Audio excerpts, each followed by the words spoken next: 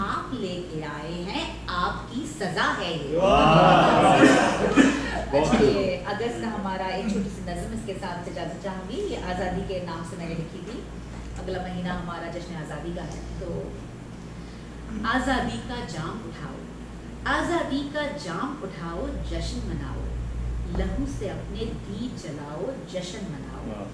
دہقانوں کی بات نہ کرنا, دہقانوں کی بات نہ کرنا, مزدوروں کے ساتھ نہ چلنا. دہقانوں کی بات نہ کرنا, مزدوروں کے ساتھ نہ چلنا. بھوکے ننگے لوگ ہیں سارے, غربت ان کے گھر کی باندھی. ظلمت کی چکی میں پستے بیماری کے پلتے لوگ. بیماروں کی بات نہ کرنا, مجبوروں کی بات نہ کرنا.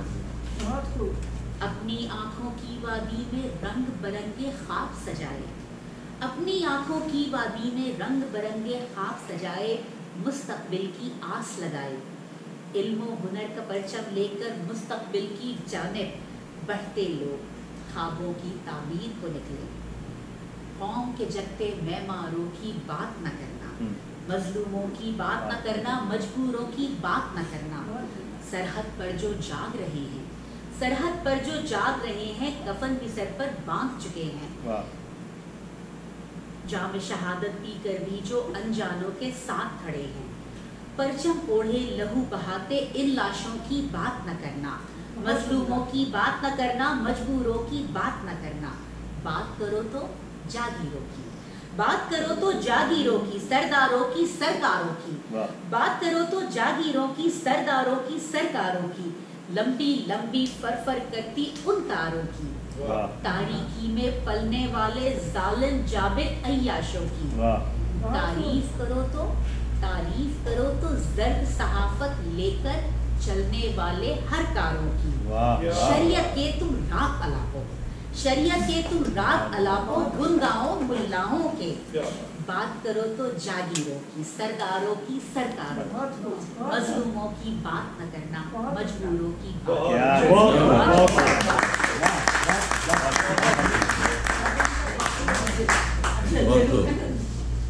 میں دعوت دیتا ہوں. امین آپ کو سنا دیجیے. سنا ہوگا بالکل. پہلے آپ تشریف لائیں, اپنا تازہ اور پاپولر کلام سنائیے. تازہ ہے نا, پاپولر ہے, کیا کہتے ہیں؟ نہیں, ہمارے زاویے نظر ایک مطلب ایک شعر سے شروع کرتا ہوں. پہلے کا صاحب اجازت جی. اوروں کی ہی سنا کیے دیکھا پکار کر, اوروں کی ہی سنا کیے دیکھا پکار کر, ہم کو بھی اے خدا کبھی اپنا شمار کر. اوروں کی ہی سنا کیے دیکھا پکار کر, ہم کو بھی اے خدا کبھی اپنا شمار کر. بہت خوب. تجھ پر نہیں کریں گے عیاں بار زیست ہم, تجھ پر نہیں کریں گے عیاں بار زیست ہم, آئیں گے تیرے سامنے دنیا اتار کر. تجھ پر نہیں کریں گے عیاں بار زیست ہم, آئیں گے تیرے سامنے دنیا اتار کر. بہت خوب. دیکھیے کہ قید مسجد میں حرف دعا رہ گیا, قید مسجد میں حرف دعا رہ گیا, منتظر پھر ہمارا خدا رہ گیا. قید مسجد میں حرف دعا رہ گیا, منتظر پھر ہمارا خدا رہ گیا. اہل خانہ تو سجدوں میں مصروف تھے, اہل خانہ تو سجدوں میں مصروف تھے, در پہ سائل کوئی مانگتا رہ گیا. اہل خانہ تو سجدوں میں مصروف تھے, در پہ سائل کوئی مانگتا رہ گیا. شب گزرتی گئی قفل پڑھتے گئے, شب گزرتی گئی قفل پڑھتے گئے, اور میں ایک در دیکھتا رہ گیا. آپ کی یہ زمین آپ کی اب نہیں, آپ کی یہ زمین آپ کی اب نہیں, یہ فلک بھی کہاں آپ کا رہ گیا. اے زمین کے خداؤں یہ سوچو ذرا, اے زمین کے خداؤں یہ سوچو ذرا, کون سا تم سے پہلے خدا رہ گیا. اے زمین کے خداؤں یہ سوچو ذرا, کون سا تم سے پہلے خدا رہ گیا. تیز چلنے کی ہم کو سزا یہ ملی, اجنبی ساتھ ہیں آشنا رہ گیا. تیز چلنے کی ہم کو سزا یہ ملی, اجنبی ساتھ ہیں آشنا رہ گیا. مقطع دیکھیے اس کا کہ سب جو کہتے ہیں اپنے وہ ہوتے نہیں، سب جو کہتے ہیں اپنے وہ ہوتے نہیں، ایک فاروق تھا آپ کا رہ گیا.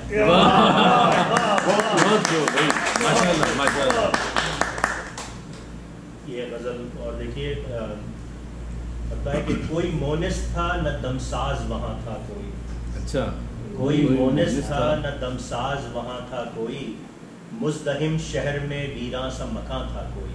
واہ. کوئی مونس تھا نہ دمساز وہاں تھا کوئی، مزدحم شہر میں ویراں سا مکاں تھا کوئی. سرے دیوار تو ایک جشن چراغاں تھا سجا، سرے دیوار تو ایک جشن چراغاں تھا سجا، پسے دیوار مگر محو فغاں تھا کوئی. حرف حق کو بھی نہ معراج ملی مانے کی، حرف حق کو بھی نہ معراج ملی مانے کی، دل کو ایمان تھا جس پر وہ گما تھا کوئی. وہ جو بخشش کے لیے سوئے حرم جاتا ہے، وہ جو بخشش کے لیے سوئے حرم جاتا ہے، اس کے آگے بھی تو فریاد کو نہ تھا کوئی. بخشش کے لیے سوئے حرم جاتا ہے، اس کے آگے بھی تو فریاد کو نہ تھا کوئی. کیا بات ہے. ان کہیں رہ گئیں شعروں میں بھی باتیں دل کی، ان کہیں رہ گئیں شعروں میں بھی باتیں دل کی، ہم نواؤں میں بھی ہمراز کہاں تھا کوئی. بات تیرے بھی یوں ہی چلتی رہے گی دنیا، تجھ سے پہلے بھی تو ایک شخص یہاں تھا کوئی. اور یہ مقطع دیکھیے کہ شیر فاروق کے شاید وہ بھلا دیں لیکن، شیر فاروق کے شاید وہ بھلا دیں لیکن، یاد رکھیں گے سبھی شعلہ بیاں تھا کوئی. تو میں اس پہ اگر آپ لوگ برا نہ مانے تو فیض صاحب کی ایک نظر. اور یہ جو اس وقت سیاسی تناظر ہے پاکستان کا، یہ بلکہ عالمی منظرنامے میں بھی اگر آپ دیکھیں تو فیض صاحب ایک بڑا معصومانہ سوال پوچھتے ہیں. کہتے ہیں اب تم ہی کہو کیا کہنا ہے. کہتے ہیں جب دکھ کی ندیاں میں ہم نے جیون کی ناؤ ڈالی تھی، جب دکھ کی ندیاں میں ہم نے جیون کی ناؤ ڈالی تھی، تھا کتنا قصبل باہوں میں اور لہو میں کتنی لالی تھی. یوں لگتا تھا دو ہاتھ لگے اور ناؤ پورم پاڑ لگی، پر ایسا نہ ہوا. اب جو خواب ٹوٹنا شروع ہوا، ایسا نہ ہوا. ہر دھارے میں کچھ انت دیکھی منچدھاریں تھی، کچھ مانجی تھے انجان بہت، کچھ بے پرکھی پٹواریں تھیں. اب جو بھی چاہو چھان کرو، اب جتنے چاہو دوش دھڑو، ندیاں تو وہی ہے ناؤ وہی، اب تم ہی کہو کیا کرنا ہے، اب کیسے پار اترنا ہے. جب اپنی چھاتی پہ ہم نے اس دیس کے گھاؤ دیکھے تھے، تھا ویدوں پہ وشواس بہت اور یاد بہت سے ٹوٹکے تھے. یوں لگتا تھا کچھ دن میں یہ ساری بپتا کٹ جائے گی اور سب گھاؤ بھر جائیں گے. ایسا نہ ہوا کہ روگ اپنے کچھ اتنے ڈھیر پرانے تھے، وید ان کی ٹو کو پا نہ سکے اور ٹوٹ کے سب بیکار ہوئے. اب جو بھی چاہو چھان کرو، اب جتنے چاہو دوش دھرو، چھاتی تو وہی ہے گھاؤ وہی، اب تم ہی کہو کیا کرنا ہے، یہ گھاؤ کیسے بھرنا ہے. تو اب میں دعوت دیتا ہوں آصف صاحب کو کہ تشریف لائیے. فیض صاحب کی نظم کے بعد آصف صاحب نے بھی ایک آرٹیکل مکمل داستان ہوتے ہوئے بھی بہت گھاٹے میں ہے اردو زبان، بہت گھاٹے میں ہے اردو زبان. کیوں؟ محبت کی زبان ہوتے ہوئے بہت گھاٹے میں ہے اردو زبان. کیوں؟ محبت کی زبان ہوتے ہوئے بھی. اور ایک غزل اور سنیے گا. کوئی تو کام اچھا رہ گیا ہے، کوئی تو کام اچھا رہ گیا ہے، ہمیں بس یاد اتنا رہ گیا. اور محبت کم مروت ہے زیادہ، محبت کم مروت ہے زیادہ، وہاں بس آنا جانا رہ گیا. محبت کم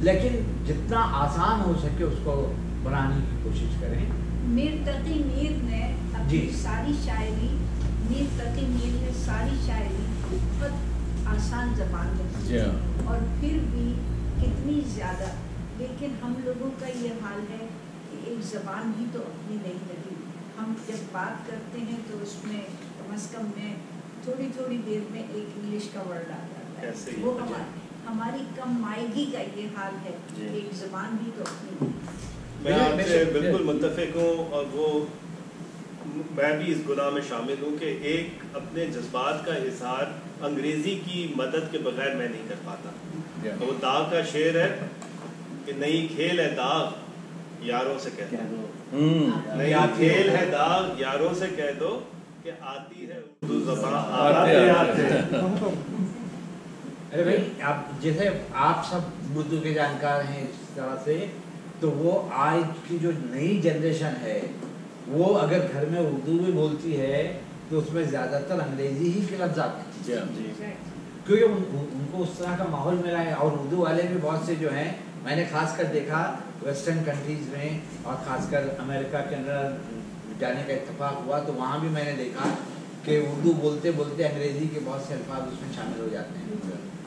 تو دیکھیے آسان زبان میر کی, جیسے میر کا ذکر کر رہی تھی آپ, میر کی زبان تو بہت آسان زبان ہے, لیکن محاوروں کا استعمال میر کے یہاں جو ہوا ہے وہ محاورے, وہ ایک بار کہا بھی تھا میر صاحب نے کہ کچھ لوگ کہہ رہے تھے کہ وہ کلام سنائیے تو بلا کہ جب تک آپ دلی کی کے محاوروں سے واقف نہیں ہیں تب تک جو ہے تب تک آپ جو ہیں وہ میری شاعری کیسے سمجھتے. آسان زبان میں ہوتے ہوئے بھی بہت سے محاورے ایسے ہیں, علاقائی محاورے ایسے ہیں, ان کا استعمال ہم کو کرنا چاہیے, وہ بہت ضروری ہے. اردو دیکھیے ایک بار بتاؤں میں, اردو تو پاکستان میں اردو تو اسی طرح سے ہے اور ہندوستان میں بھی اردو کی تعلیم ہو رہی ہے اور ایسے علاقوں میں ہو رہی ہے جہاں جیسے ساؤتھ کا علاقہ لے لیجیے, جنوبی ہندوستان جہاں کرناٹک ہے, آندھرا پردیش ہے, تلنگانہ ہے اور ایون مہاراشٹر بھی لے لیجیے, وہاں اردو کے بہت سارے جو ہے اسکولیں ہیں, بچے پڑھ رہے ہیں, اردو تعلیم پر زور دیا جا رہا ہے. تھوڑا سا یو پی اور بہار میں اردو کم ہو گئی. اچھا میں اس کا تقابلی جائزہ پاکستان سے لوں گا. ہاں, اور میں میرا تعلق کراچی سے جی, تو ادھر زیادہ تر جو تعداد ہے وہ اردو اسپیکرس کی ہے جی, لیکن میں نے دیکھا ہے کہ یہ جو عام کلوکیل زبان ہوتی ہے اس میں بھی ایک ڈکلائن آیا ہے اردو میں, جو ایک عام لوگ جو بولتے ہیں.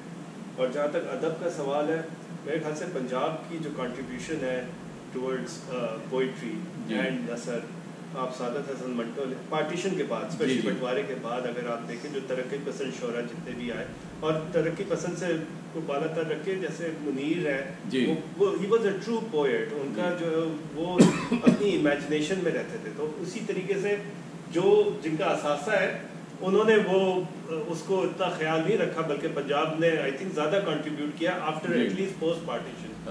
اس پہ حفیظ جالندری کا شعر ہے کہ اہل زباں کب مانتے تھے, بڑی زوروں سے پورے اہل زباں کب مانتے تھے, بڑی زوروں سے منوایا گیا. ایک اور جگہ حفیظ کا ذکر آیا تو ایک اور شعر یاد آ گیا, کہ اجازت ہو کہ علم و ادب کی خدمت میں حفیظ کا جو یہ حصہ ہے یہ نصف صدی کا قصہ ہے, 2-4 برس کی بات ہے. بہت خوب, بہت خوب. تو اس میں مجھے حفیظ جی کا ایک شعر یاد آ رہا ہے, حفیظ جالندری کا. حفیظ اپنی بولی محبت کی بولی, نہ اردو نہ ہندی نہ ہندوستانی. اور شاعری کے لیے تو ضروری ہے کہ وہ محبت ہی کی بولی. دنیا کی سب سے عظیم اگر کوئی چیز ہے تو وہ محبت ہے, اور محبت کی کوئی انتہا نہیں ہے. تو محبت ہی کو ہم عام کریں, دنیا کو اگر آگے لے جانا چاہتے ہیں, ورنہ تو نفرت پھیلانے والے تو بہت ہمارے آس پاس بھی پڑے ہوئے ہیں. جی اچھا, یہ ریاض صاحب کی شاعری یوٹیوب پہ اگر آپ لوگ سنیے اور دیکھیے بھی تو اس پہ ان کے کچھ انٹروڈکشن بھی انہوں نے دیا ہے. اور ان کی شاعری میں آپ کو ایک اضطراب اور ایک وحشت پائی جاتی ہے، لیکن ساتھ میں امید کا بڑا غلبہ ہے کہ ایک اچھا محبت کا، ایک پیغمبر کا انہوں نے ایک رول ادا کیا ہے. اور سب سے بڑی بات ہے یہ جو فرقہ پرستی ہے ہندوستان کے تناظر میں، اس سے بڑھ کر محبت کا پیغام ان کی شاعری میں دیا ہے. آپ یہ جیسے اب یہ ہندی اور اردو اور اپنے حفیظ کے شعر کا بھی وہ کیا، یہ جو ایک کانسیپٹ اور ایک جو بات ہے کہ جی اردو جو ہے وہ مسلمانوں کی زبان ہے اور ہندی ہندوؤں کی زبان ہے، یہ تفریق کہاں سے شروع ہوئی اور اس میں کیا حقیقت ہے؟ دیکھیے یہ تفریق تو شروع ہی سے رہی ہے. جب آزادی کی 1857 میں جب پہلا غدر مطلب جنگ آزادی ہے، اسی زمانے میں کچھ ہندی والے جیسے ہندی ہی کو ہماری زبان ہے اور ہندی کو بڑھاوا ملنا چاہیے، اردو جو ہے باہر کی زبان ہے، اس طرح کی بات ہوتی ہے.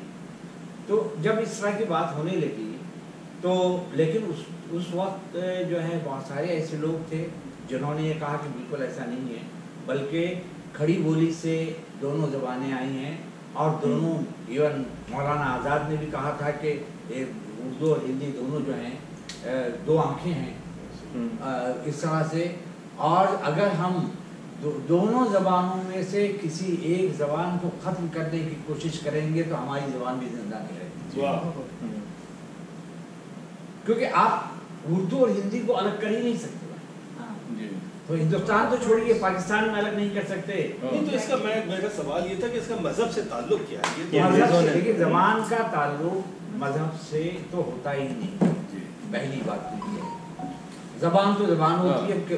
اب بہت سارے جو ہے ہندوستان کے جب بٹوارے سے پہلے بہت سارے شاعر تھے جو اردو زبان، اردو کے بڑے بڑے شاعر فراق گورکھپوری سے لے کر اور کئی لوگ ہیں آج بھی جو ہے گلزار ہمارے یہاں موجود ہیں اور بھی ہیں.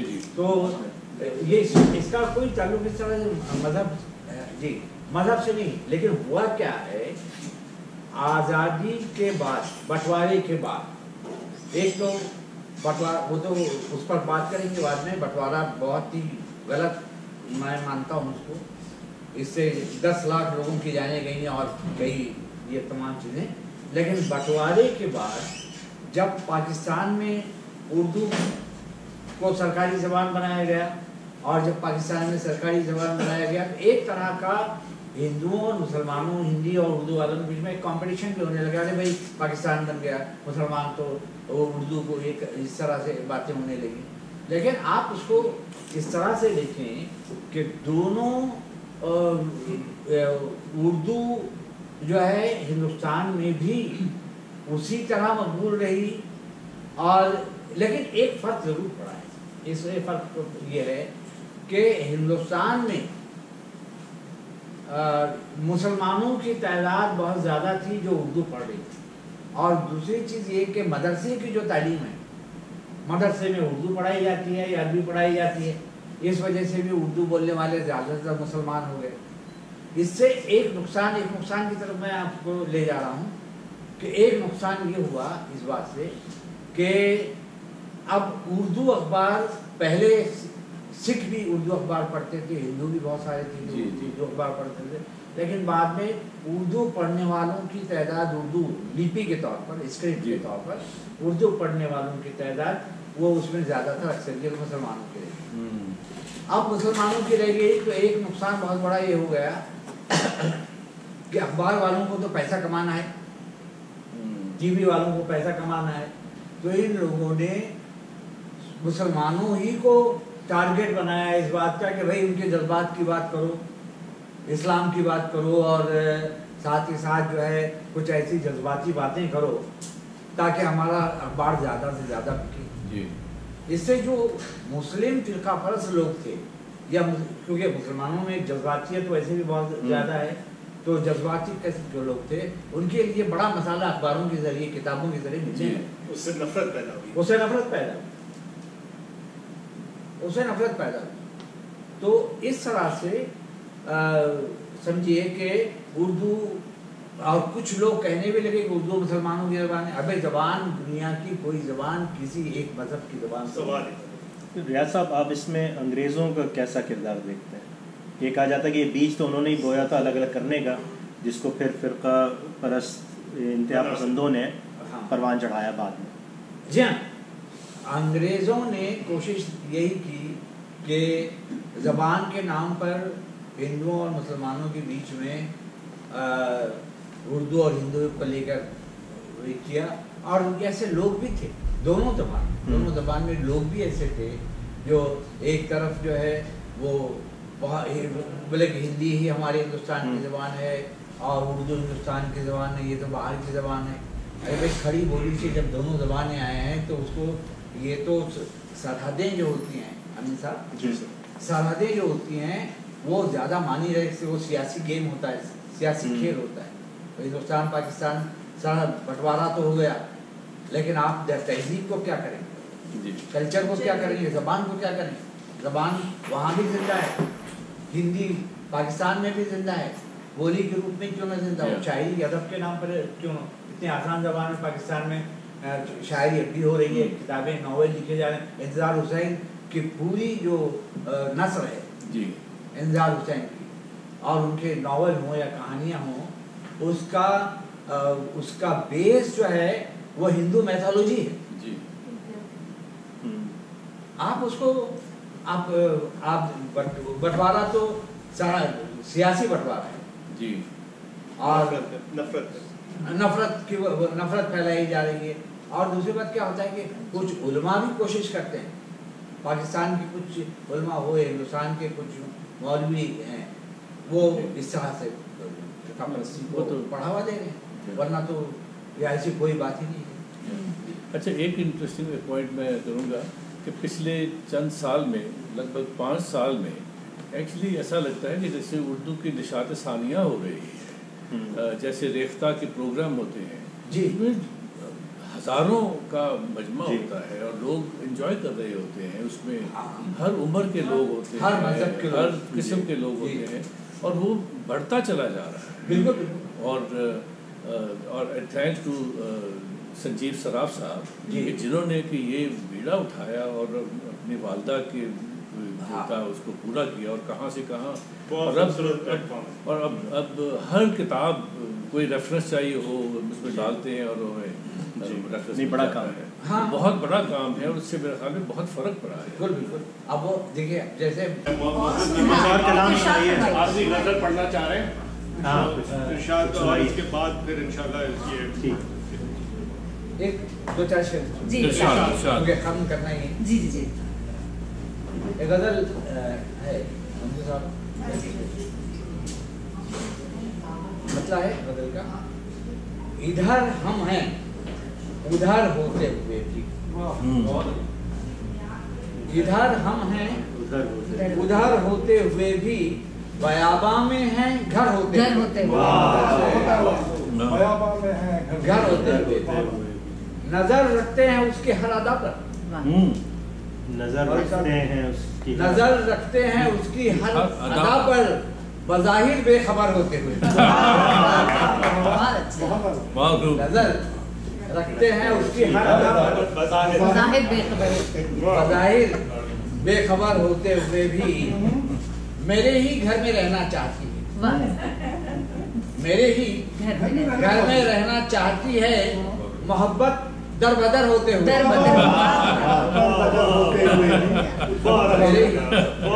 میرے ہی گھر میں رہنا چاہتی ہے، محبت در بدر ہوتے ہوئے بھی، اور یہ دنیا امن کے زیر اثر ہے، بہت کچھ شور و شر ہوتے ہوئے، یہ دنیا امن کے زیر اثر ہے، بہت کچھ شور و شر ہوتے ہوئے بھی، ہمارے زخم کیوں اب تک کھڑے ہیں، ہمارے زخم کیوں اب تک کھڑے ہیں، ہمارے چارہ گر ہوتے ہوئے، ہمارے زخم کیوں اب تک کھڑے ہیں، ہمارے چارہ گر ہوتے ہوئے بھی، اور زمین کا جائزہ بھی لے رہا ہوں، زمین کا جائزہ بھی لے رہا ہوں، ستاروں پر نظر ہوتے ہوئے،